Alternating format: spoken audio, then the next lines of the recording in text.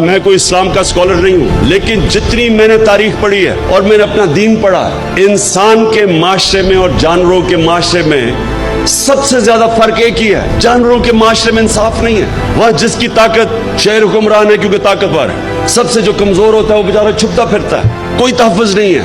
انسانی معاشرہ بنتا ہی تب ہے جب کمزور کو طاقتور سے تحفظ ملے۔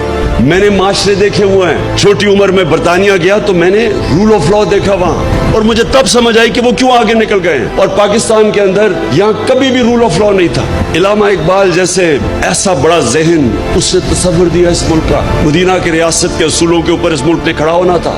اسلامی فلاحی ریاست، تو مدینہ کی ریاست کا اصول تو نمبر 1 عدل اور انصاف تھا۔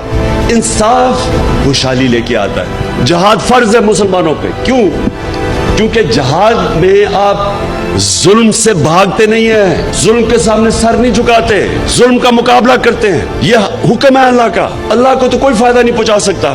ہم اپنے اوپر ظلم کم کرتے ہیں جب ظلم کے سامنے کھڑے ہوتے ہیں۔ ایک معاشرے کو زندہ رکھنے کے لیے ہم ظلم کا مقابلہ کرتے ہیں۔ جب تک ایک قوم انصاف کے لیے جہاد نہیں کرتی، یہ یاد رکھے اللہ نے قرآن میں کہا ہوا ہے کہ میری زمین پہ نکل کے دیکھو کتنی قومیں تباہ ہو گئی جو میرے حکم پہ نہیں چلی۔